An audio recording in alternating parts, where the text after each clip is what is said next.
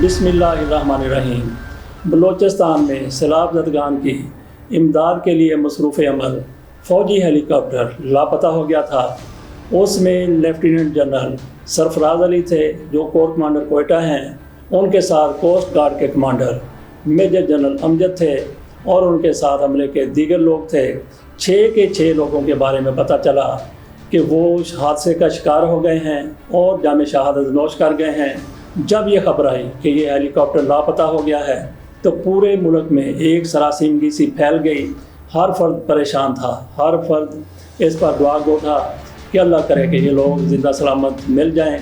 लेकिन ऐसा हुआ कि वो शहादत से हमकिनार हो गए। जब तक ये हेलीकॉप्टर लापता रहा, आप अंदाज़ा कर सकते हैं कि जो उसमें लोग सवार थे उनके घर वालों पर क्या गुजरी होगी। वो लोग जो आपके हाथों में दम तोड़ जाते हैं, आप उनको अपने हाथों से दफना देते हैं, तो एक अरसे के बाद सब्र ज़रूर आ जाता है। लेकिन जो लोग लापता हो जाते हैं, जिनके बारे में कुछ नहीं कहा जा सकता कि वो ज़िंदा हैं या मर गए हैं, उनके लवाहिकीन के हवाले से आप अंदाज़ा कर सकते हैं कि उनके क्या जज्बात होते होंगे, वो किस तरह से अज़ाब से गुज़रते होंगे। यही इसी अज़ाब का सामना इन लोगों को भी था।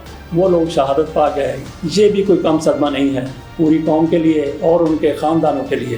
कहा जाता है कि विजिबिलिटी बहुत पुअर हो गई थी, इस वजह से ये हेलीकॉप्टर जो लसबेला से कराची आ रहा था, लेकिन वो अपनी मंजिल मकसूद तक नहीं पहुंच सका।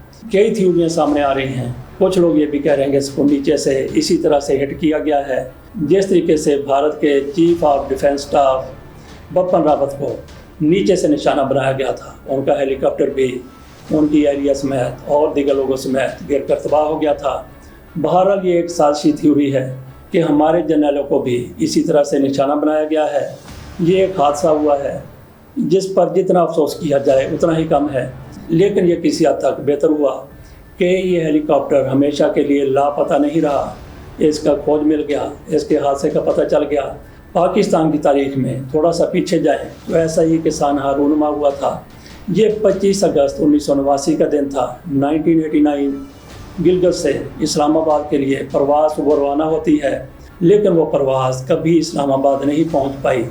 आज इसको 33 साल हो चुके हैं, लेकिन PIA 404 फ़्लाइट आज तक लापता है। उसमें 54 मुसाफिर सवार थे। उनके बारे में कुछ नहीं कहा जा सकता कि वो कहाँ गए। इससे कबल थोड़ा सा चले जाएँ तो 1973 में पाक फ़ज़ाइया का C-130 भी इसी इलाके में गिर कर तबाह हो गया था। बहरहाल उसका मलबा 3 माह के बाद मिल गया था। वो जहाज़ भी लापता हुआ था, लेकिन वो जहाज़ 3 माह के बाद बाजियाब हो गया था।